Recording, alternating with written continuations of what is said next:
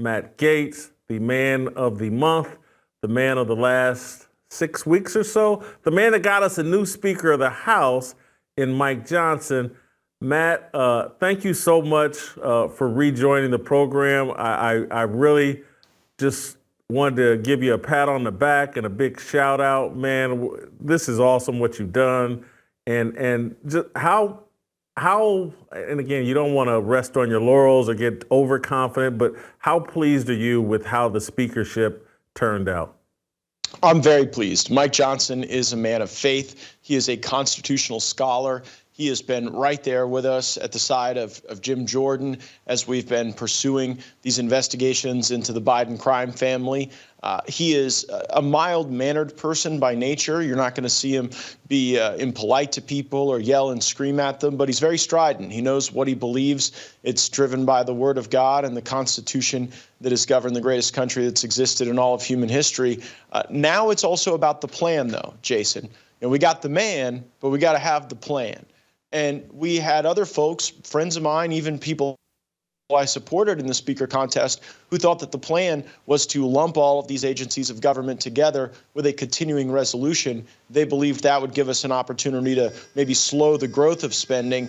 My belief is that we have to review each of these agencies of government independently, that's what's going to allow us to ripen questions about what's working, what's not working. And we're doing that, as a matter of fact, this week on the Department of the Interior. And where we see programs that aren't helping folks, we're going to call for votes on them. And we're not going to win them all. That's how it goes. And at the end of the day, I think that the process that Speaker Johnson has embraced is one that all Americans can get behind and can really use for more transparency. I saw a tweet from you where you were calling out Chuck Schumer for, hey, this Israeli package, it doesn't have money for Ukraine, it doesn't have money for Hamas. You guys are in position now to really push back against this out-of-control spending that's hidden in all these other packages. How important is that, and how important will Mike Johnson be in making sure that we can rein in some of the spending and some of the, particularly the foreign spending? Yeah, and let's not pull any punches here, Jason. It's not just Chuck Schumer. It's Mitch McConnell as well.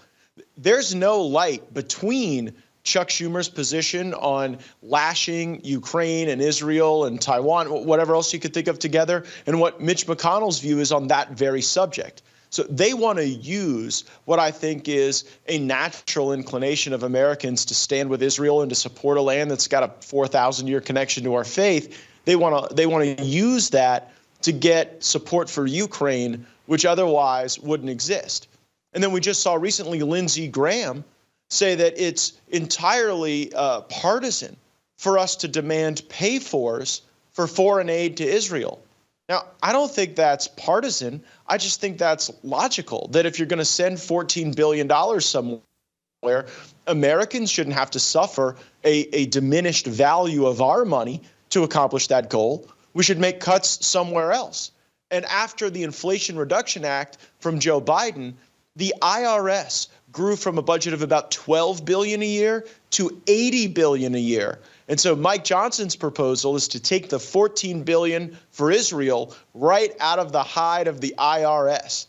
And Lindsey Graham calls that partisan. I think it's just smart budgeting.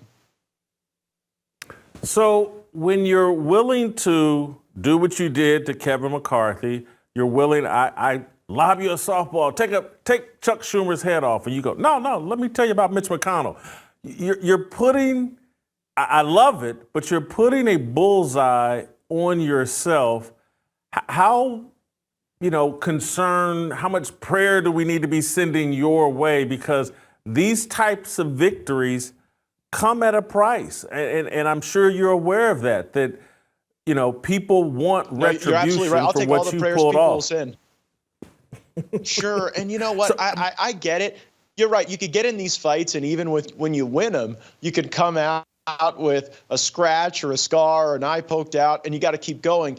I've been in Congress for 7 years. I was a state lawmaker 6 years before that. I never really held my tongue in either of those positions. And one thing I've learned, Jason, you come out of some of these fights, sure, you can be scratched or cut up a little bit, but from that, you grow calluses and grit and strength. And time and again, as long as you're fighting for the right things, for the people to be able to have clear access to the decision-making in government, I think the people ultimately reward that. But I've made a career not just reading the talking points from my political party, because frankly, it's not red team versus blue team here anymore. Oftentimes, it's the establishment of both parties against the rest of us. Like, take, for example, this FISA issue, the Foreign Intelligence Surveillance Act, which has really resulted in the spying on Americans who were everyone from those who were in Washington on January 6th to people who were involved in the BLM riots in the summer of 2020. And I think we could actually make common cause between populists on the right and even progressive Democrats to stand against the surveillance state and the violation of our Fourth Amendment rights. So I don't just ascribe to this view that every Republican's right about everything, every Democrat's wrong. I try to take it issue by issue. And you're right, that can put a target on my back, but I guess I'll just have to wear it like a badge of honor. I don't know another way to do it. So in the process, after the vacating McCarthy, when Jim Jordan gets defeated, and then at some point it looks like, well, Tom Emmer, he's going to be the guy. Was there ever a moment during that process of getting to Mike Johnson where you thought like, oh man, this isn't going to work out the way we hoped? Were you ever fearful and thought like, man, we're going to lose this? I always knew there was a great reservoir of people who would upgrade the position of Speaker of the House. And I thought it was highly likely that we could get to one of those people. I view Jim Jordan as one of those people. I view Steve Scalise as one of those people. Even people who didn't run, like Jody Arrington, our budget chairman, could have led the House and has the leadership skills to do so. I've sat next to Mike Johnson for 7 years on the Judiciary Committee, and I know that he's someone who really takes great pride in bringing people together and inspiring what's best in folks to be able to get the most out of them on a team.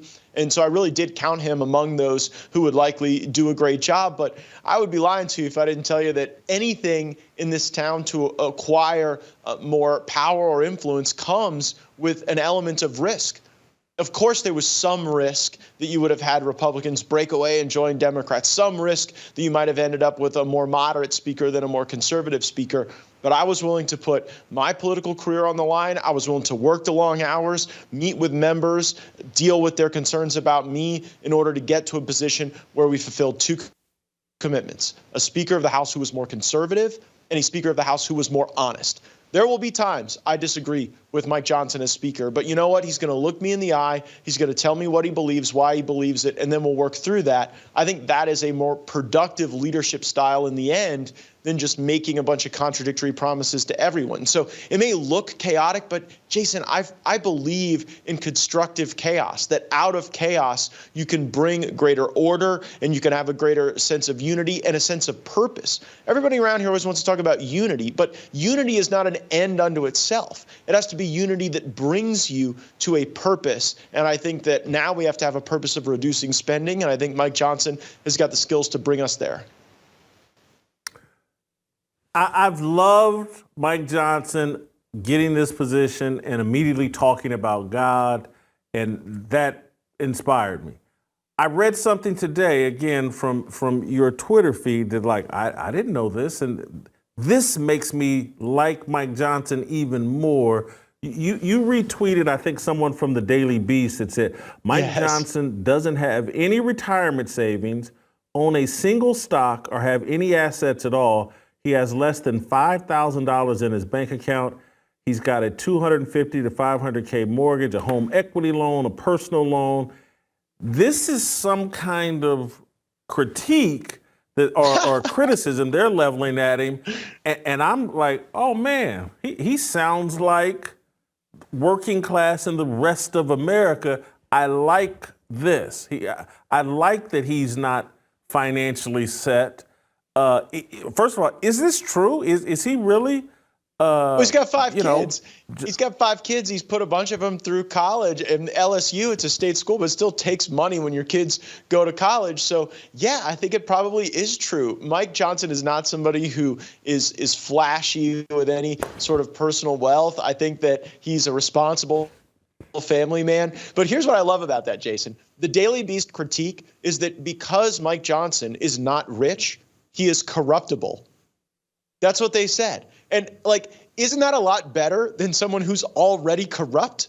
Like, so many of the people I work with are corrupt. They corruptly trade stocks. They corruptly get their family members no-show jobs. They corruptly build wealth based on information they get.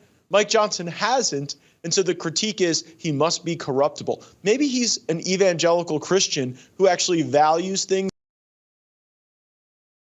more than money.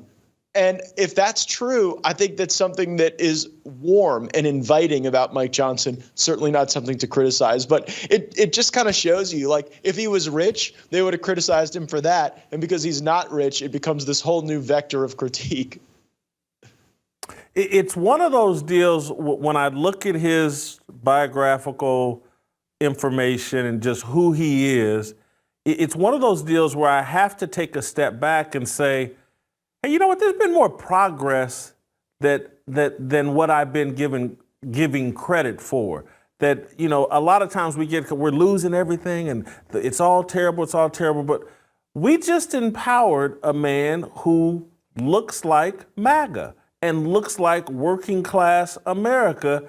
That's a huge step, and it makes me go, hey, maybe things are going better than I thought. Yes, it's chaotic. Yes, it's ugly, but if we can reach the kind of right results as this, empowering someone who isn't afraid to shout from the rooftops that he believes that Jesus Christ is his Lord and Savior, and again, I hope that he, you know, gets in a better financial position over time ethically, but I like the fact that he's very relatable to the people who have no voice in this country, and that is the working class American. And it does comport with a realignment in the policy outcomes, right? We used to think about the Republican Party as the country club party, the party that was trying to build wealth among the wealthiest. Well, now what we see is a policy portfolio that President Trump really animated during his time in office that builds a blue-collar boom within the economy, where wages start rising for people who produce things and make things. And we've got to advance those policies in the House of Representatives now, whether it's more energy production to employ more people, whether it's rebuilding and restoring the infrastructure in our country, not pursuant to some weird DEI equity concept, but what will actually help our economy and our workers.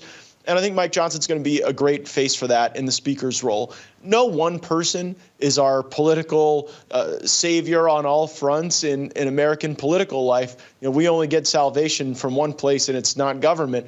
But I do think that we can look at these trends, right? Mitt Romney is leaving the United States Senate because he said there were no other Mitt Romneys for him to collaborate with. I view that as a positive step for the Republican Party. Then you bring in someone like Mike Johnson, who is rooted in the right things and wants to empower the membership. You know, the first thing he did was pray. The second thing he did was give a speech about the importance of decentralizing power out of the Speaker's office so that more of the talents of people in Congress can be unlocked to solve the very serious challenges that we face. And then when Mitch McConnell and Lindsey Graham and Chuck Schumer tried to roll our speaker and get him to bind Ukraine all wadded up together with Israel, he said, no, we are going to, in a very responsible and thoughtful way, address these things independently. Matter of fact, he delivered a letter to Joe Biden saying, I want these 12 questions answered about Ukraine before we even talk about sending another dollar. So that's more accountability, not driven by what the lobbyists and the defense contractors and the K Street power brokers want, but what just I think a regular American would expect given the trying times that we find ourselves in globally. Matt, what percentage of your Republican colleagues are comfortable with the Republican brand moving to being the party of the working class? I see guys like yourself, and I see Donald Trump, as much wealth as he has, he's comfortable with it. What percentage of your colleagues on the Republican side are comfortable with that? It's such a good question. And I think that the Congress is a lagging indicator. I think if you look at people on our school boards, people getting elected to mayoral positions, people in our state legislatures, there's a far higher comfort level with the inspirational, patriotic nationalism that President Trump advanced unapologetically. And in the Congress, maybe 60-40 have just a little bit of apprehension or reticence about, the Republican Party moving out of the country club and moving into the hunting club. I got no problem with that. We've just got to make sure that we get the policies in place to allow it to occur. And oftentimes you have to hold the White House to get these agencies to really execute on the will to see that vision come to fruition. But right now, I think that those folks who are like getting elected to school board, those tiger moms and those dads, they're going to be the next line change for Congress. They're going to be the one winning Republican primaries for Congress, I think, in the coming election cycles. And it's something I'm really excited about. Matt, thank you so much for taking the time. Thank you so much for sticking to your promises and taking those bullets. Man, we appreciate it. Thank you. I never know what we're really going to discuss, Jason, but I always love chatting with you, and I really appreciate you being so gracious as to have me back on your program. Thank you. That's Matt Gaetz. He's done a great job. We're going to keep him in our prayers. Seriously, we're going to keep him in our prayers because the establishment is not happy with him on either side.